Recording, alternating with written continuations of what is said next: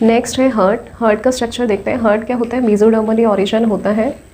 इसमें 3 लेयर्स होते हैं। जो बाहर वाली होती है वो एपिकार्डियम होती है, बीच वाली मायोकार्डियम होती है और सबसे अंदर वाली एंडोकार्डियम होती है। और हार्ट के बाहर जो कवरिंग होती है उसको पेरिकार्डियम बोलते हैं, जिसमें पेरिकार्डियल फ्लूइड प्रेजेंट होता है। और ये पेरिकार्डियल फ्लूइड क्या करता है, हार्ट को प्रोटेक्ट करता है, as a shock absorber work करता है। और पेरिकार्डियम की जो आउटर लेयर है उसको पेराइटल बोलते हैं और अंदर वाली लेयर को विसरल बोलते हैं। अब हार्ट का स्ट्रक्चर देखते हैं। जो ह्यूमन हार्ट होता है वो क्या होता है, 4 चैम्बर्ड होता है।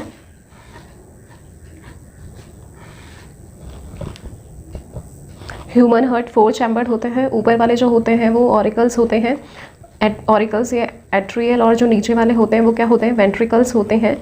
और ऊपर वाले जो एट्रियल होते हैं वो क्या होते हैं, वेंट्रिकल्स के कंपैरिजन में थोड़े छोटे होते हैं, और वेंट्रिकल्स क्या होते हैं, लार्ज होते हैं। अब यहाँ पे एक छोटे से ट्रिक याद रखना, इसमें बस जो साइड होती है लेफ़्ट होती है वो क्या होती है, राइट होती है, और जो राइट होती है वो क्या होती है, लेफ़्ट हो जाती है। तो ये अपने क्या हो गए, ये हो गया अपना राइट ऑरिकल, ये हो गया अपना लेफ़्ट ऑरिकल, ये हो गया राइट वेंट्रिकल, और ये हो गया लेफ़्ट वेंट्रिकल।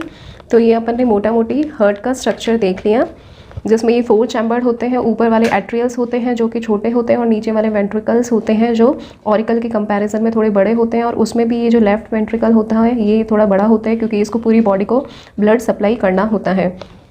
फिर अपन ब्लड का फ़्लो देखते हैं कि ब्लड का फ़्लो कैसे होता है।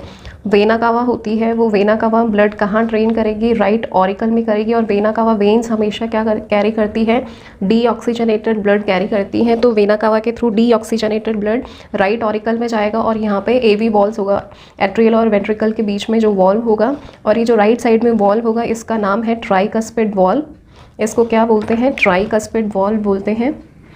तो जो ब्लड होगा वो राइट ऑरिकल से ट्राइकस्पिड वॉल्व के थ्रू होते हुए राइट वेंट्रिकल में आ जाएगा। तो ये अपन देख रहे हैं जो डीऑक्सीजनेटेड ब्लड है वो राइट ऑरिकल से कहाँ आ रहा है, राइट वेंट्रिकल में आ रहा है। फिर यहाँ पे क्या होते हैं, सेमी लूनर वॉल्स होते हैं। यहाँ पे क्या होते हैं, सेमी लूनर वॉल्स होते हैं। तो ये सेमी लूनर वॉल्स के थ्रू ये डीऑक्सीजनेटेड ब्लड कहाँ आ जाएगा, यहाँ पे लंग्स में आ जाएगा। तो ये हमेशा जो हार्ट से जो निकलती है ब्लड कैरी करती है वो क्या होती है, आर्टरीज़ होती हैं, और आर्टरीज़ हमेशा ऑक्सीजनेटेड ब्लड कैरी करती हैं। बट यहाँ पे अपन देख रहे हैं हार्ट से क्या निकल रही है, पल्मोनरी आर्टरी निकल रही है। ये पल्मोनरी आर्टरी ब्लड कहाँ लेके जा रही है, लंग्स को लेके जा रही है। बट अपन ने देखा ये जो ब्लड है ये क्या है, डीऑक्सीजनेटेड है। तो यहाँ पे ये एक्सेप्शन हो जाएगा पल्मोनरी आर्टरी का, कि pulmonary artery deoxygenated blood carry करती है। फिर ये लंग्स में क्या होगा, ब्लड का ऑक्सीजनेशन होगा, और ये ऑक्सीजनेटेड ब्लड लंग से क्या निकलेगी, पल्मोनरी वेन निकलेगी। और ये पल्मोनरी वेन क्या करेगी, ये पल्मोनरी वेन क्या करेगी, ऑक्सीजनेटेड ब्लड कैरी करेगी कहाँ पे, लेफ्ट ऑरिकल में। और ये क्या है, पल्मोनरी वेन है। और यहाँ पे भी ये क्या है, एक्सेप्शन है, क्योंकि वेन हमेशा क्या कैरी करती है, डीऑक्सीजनेटेड ब्लड कैरी करती है। बट पल्मोनरी वेन यहाँ क्या कर रही है, ऑक्सीजनेटेड ब्लड कैरी कर रही है। फिर ये यहाँ से लेफ़्ट ऑरिकल से यहाँ पे एक वॉल होता है, जो लेफ़्ट ऑरिकल और वेंट्रिकल के बीच में वॉल होता है उसको क्या बोलते हैं, मिट्रल वॉल बोलते हैं, या बाइकस्पिड वॉल बोलते हैं। तो ये लेफ़्ट ऑरिकल से लेफ़्ट वेंट्रिकल में ऑक्सीजनेटेड ब्लड जाएगा। और फिर यहाँ पे अपन ने देखा सेमीलूनर वॉल्स होते हैं, सेमीलूनर वॉल्स के थ्रू ये ऑक्सीजनेटेड ब्लड लेफ़्ट वेंट्रिकल पूरी बॉडी को सप्लाई करेगा थ्रू अओर्टा।